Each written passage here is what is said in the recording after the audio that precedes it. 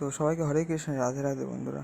ঠিক আছে, মানে এই যে মায়াপুরের স্টোরিটা হতে চলেছে না আজকে, মানে জানি না আর কোনো পার্টস আসবে কি না, বাট এই স্টোরিতে আপনাদের কিছু শেয়ার করতে চাই আপনার সাথে। মায়াপুরের কী অবস্থা ফিলহাল।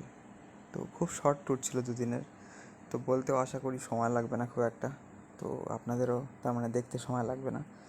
তো ঠিক আছে, যদি ইচ্ছা থাকে তো দেখতে পারেন।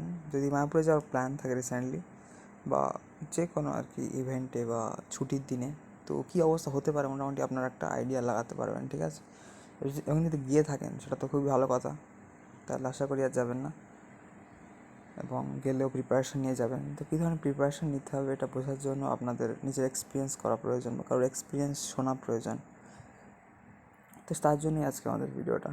তো আমাদের বাড়ি যেহেতু এবার গেছিলাম এক বন্ধুর সাথে, আমি আর আমার এক বন্ধু সৌরভের সাথে। তো এখানে আমাদের বাড়ি যেহেতু হাসনাবাদ লাইনে, তো এখানে হাসনাবাদ শিয়ালদা লাইনের চাঁপাপুকুর স্টেশন বা চাঁপাপুকুর স্টেশন থেকে আমরা জার্নি স্টার্ট করেছি আমাদের। এখানে তো শিয়ালদা ট্রেন 2 নম্বর প্ল্যাটফর্মে আসে, তো সেখান দিয়ে আমরা জার্নি স্টার্ট করলাম। দেন দমদমে আই থিঙ্ক 5 নম্বরে ঢুকলো, তো দেন আমরা সাবওয়ে দিয়ে একে গেলাম। দেন কৃষ্ণনগরের গাড়ি আসলো, যাওয়ার সময় এখান থেকে 5টা 11 ট্রেন ধরা হয়, এবং দমদম থেকে 7টা 6 আই থিঙ্ক ওটা 5 এসে 6 ছাড়া টাইম মনে হয় একটু লেট করে হয়তো ওটা, মানে ওই এখানকার লেট বলতেও খুব একটা হয় না, সকালের ট্রেন খুব একটা, মানে ওই 5-10 মিনিট হয়তো লেট হতে পারে খুব একটা, বাট মানে টেনে দেয় বলা যায়। ঠিক আছে, যাই হোক, ওখানে 7টা 6 ট্রেন ধরে মোটামুটি কৃষ্ণনগরে 9:30টার দিকে মোটামুটি 1.5 ঘন্টা, এই 2.5 ঘন্টা মতো লাগে। কৃষ্ণনগরে মনে হয় 2 না 3-এ ঢোকালো ওটা গাড়িটা। তো আমরা একে গিয়ে ওখান থেকে টোটো ধরে গেলাম, কিছুক্ষণ বসে থাকতে হলো টোটোর জন্য। তো যাই হোক, যেহেতু ওখানে একটা ঘাটে যাওয়ার আর মন্দিরে যাওয়ার, ইস্কন মন্দিরে যাওয়ার একটা ভাড়ার ব্যাপার থাকে ওদের, লোকজন হওয়ার, তো এই নিয়ে একটা ঝামেলা থাকে ওখানে। ঠিক আছে, তো যাই হোক, আসার সময়ও আমরা কৃষ্ণনগর থেকে আবার আগের বারের মতো 1 নম্বরে মালগাড়ি ছিল হয়তো, তো ওরকমই একটা দেখলাম কিছু। আর 2 নম্বরে মনে হয় মাতৃভূমি দাঁড়িয়েছিল, আর ওটা আসার সময় 3 নম্বরে ঢুকলো, যাওয়ার সময় আবার 3 নম্বরে দিল আসার সময়, আগের বারের মতো। সাধারণত একে দেয়, কিন্তু এবার দেখছি 3-এ দিচ্ছে। 1 নম্বরে মালগাড়ি থাকছে ওই টাইমটা মোটামুটি। এইবার তাই হলো আর কি, মানে ফেব্রুয়ারি মাসে আর এই এপ্রিল 1 তারিখে গেলাম। আর মার্চ এপ্রিলের ট্যুরটা হয়েছে 30 তারিখে গেলাম মার্চের। দেন 31 তারিখটা থেকে 30 তারিখ তো ঘর পেলাম না তেমন, সেটা আপনার সাথে শেয়ার করছি এখন। 31 তারিখটা ধর্মশালা রুম পেয়ে সেটা, তারপর 1 তারিখে ফিরে এলাম।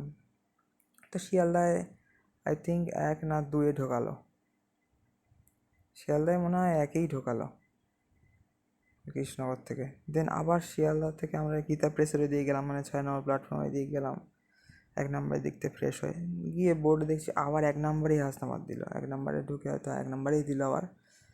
তো ওখান থেকে আমরা মোটামুটি টাইমেই ছিল, মোটামুটি যেমনটি বলছি 5-10 মিনিট হেরফের হতে পারে, সব মোটামুটি টাইমেই ছিল। শ্যামাপুকুরে 1 নম্বরে ঢোকে, তো মানে ওখান থেকে সকালে বেরিয়ে মঙ্গলবাড়ি দেখে সকালে বেরিয়ে দুপুরের মধ্যে বাড়ি ঢুকে যায়, তো ঠিকই আছে। ওখানে এবার পৌঁছে যে ঘটনাটা ঘটলো সেটা বলি।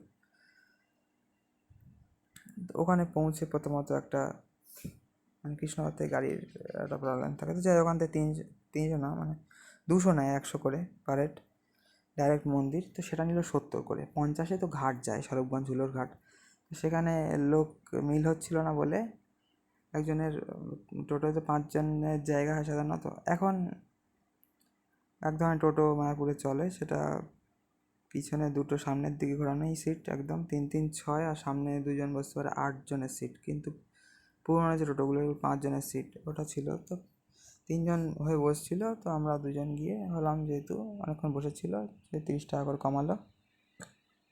তো ওইখানে আমাদের 60 টাকা লাভ হয়েছে, 70 টাকা করে আসলাম।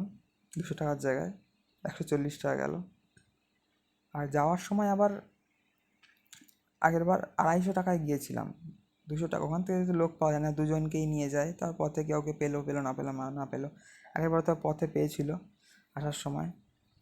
ওই তাও কি ইস্কনের পর এক জায়গা থেকে উঠলো মনে হয়, তাও শ্রী চৈতন্য মঠ পর্যন্ত। ওখানে আমি নেমে একটু দেখে আসলাম, অনুষ্ঠান হচ্ছিলো। আর ওরা 17 ফেব্রুয়ারি এসেছিলো, মানে ছিল প্রভুপাদের, মানে ভক্তি সিদ্ধান্ত সরস্বতী ঠাকুরের আবির্ভাব তিথি ছিল বলে। তো এইবারও আমি শ্রী চৈতন্য মঠে নেমে একটু বই কিনেছিলাম, তো রাধারানী মহিমা আর শ্রী চৈতন্য মঠ কী ও কেন। তো এইবার আমি মোটামুটি ওই আগেরবার 400 টাকার মতো বই কিনেছিলাম, এবার 245 টাকার মতো না 250 টাকার মতো বই কিনেছিলাম, যেটা আপনাদের দেখিয়েছি, যেটা আপনারা হয়তো দেখেছেন বা দেখবেন, ঠিক আছে, চেক আউট করবেন মানে চ্যানেলে, ঠিক আছে। তো যাই হোক, ওখানে গিয়ে তো আমরা মানে কত যে টোটো করে এদিক ওদিক ঘোরা হয়েছে ঘর না পেয়ে, প্লাস এমনি তো খরচ কিন্তু এদিক ওদিক থেকে মোটামুটি বেশ ভালো হয়েই গিয়েছে।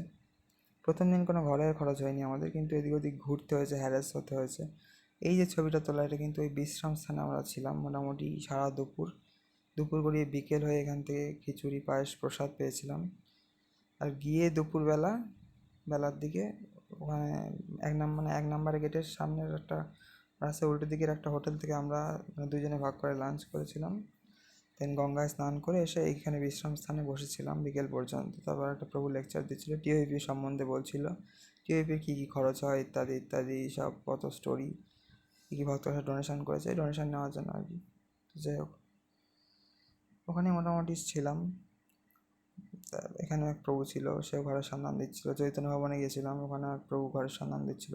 তো যাই হোক, অনেকেই ঘরের সন্ধান দিচ্ছিল, বাইরে টোটোওয়ালারা দিচ্ছিল, যেহেতু ইসকনে হাউসফুল রুম সেহেতু অনেকেই দিচ্ছিল। আমরা টোটো করে এদিক ওদিক কত জায়গায় যে খোঁজ করলাম, ধর্মশালা বা সেখানকার চৈতন্য ভবন, ওখান থেকে যেহেতু বুকিং হয়। তারপর গৌরাঙ্গ কুটির, নিত্যানন্দ কুটির গেলাম বিকেলের দিকে। তো বাইরের প্রচুর হোটেলে ঘুরলাম, মানে মোটামুটি ইসকন থেকে আশপাশের মঠগুলো, মানে শ্রীকৃষ্ণ চৈতন্য মিশন, গৌরীয় সেবাশ্রম বা ইত্যাদি, মানে পুরো একদম মোটামুটি যত হোটেল আশ্রম ছিল মোটামুটি গঙ্গার ঘাট পর্যন্ত ঘুরলাম। সব মোটামুটি প্রায় টোটোওয়ালা যা দিচ্ছে সব মোটামুটি প্রায় 1000 টাকা, 1500, 2000, 2500 পর্যন্ত শুনেই বেরিয়ে আসছিলাম। তো যাই হোক, এরকম একটা খারাপ এক্সপিরিয়েন্স হয়েছে আমাদের, ঠিক আছে। তো সেদিন এখানকার এক দাদা ছিল, তারা 2-4 দিন আগে বাস নিয়ে গেছিলো। দেন ওই রাত্রিরেই চেক আউট করে তাদের সাথে সন্ধেবেলা মানে রাধা মাধবের মন্দির সন্ধ্যায় দেখতে পেলাম না, এত ভিড়, প্লাস ব্যাগ নিয়ে কত ঘোরাঘুরি করবো। শিলপ্রপাতের পুষ্পমাদি মন্দিরেও ঢুকতে পারছি না, এদিকে এত মানে চারিদিকে ভিড় থাকে না সাধারণত, কিন্তু ছিল সেই সময়। তো পুষ্পমাদি মন্দিরে ওখানে একটু রেস্ট নিয়ে তারপর ভাবলাম রাধা মাধবের আজকে অন্তত সিংহার দর্শনটা করে যাই, পরের দিনে মঙ্গল আরতি হবে না। তারপরের দিন সিংহার আরতি, তারপরের দিন মঙ্গল আরতি দেখে আমরা বেরিয়ে এলাম। সিঙ্গার বলতে সিঙ্গার আরতি না, মানে সিঙ্গারটা দর্শন করেছি, মানে সন্ধ্যা আরতি দর্শন করেছিলাম। আর সেই দিন শয়ন আরতি দর্শন করে যেদিন গেলাম, শয়ন আরতি মানে সন্ধ্যেবেলা যখন ঘুরছিলাম আর কি, তখন একটা দাদার সাথে দেখা হলো, ওরা রাত্রিরে চেক আউট করবে, কিন্তু আমরা সাথে দেখা হলো বলে চেক আউট করলো না, ওখানেই রাত্রিরে খিচুড়ি তরকারি প্রসাদ পেয়ে তো আমরা থাকলাম ওই দিন রাত্রিটা। সকালে আমরা চেক আউট করলাম মোটামুটি।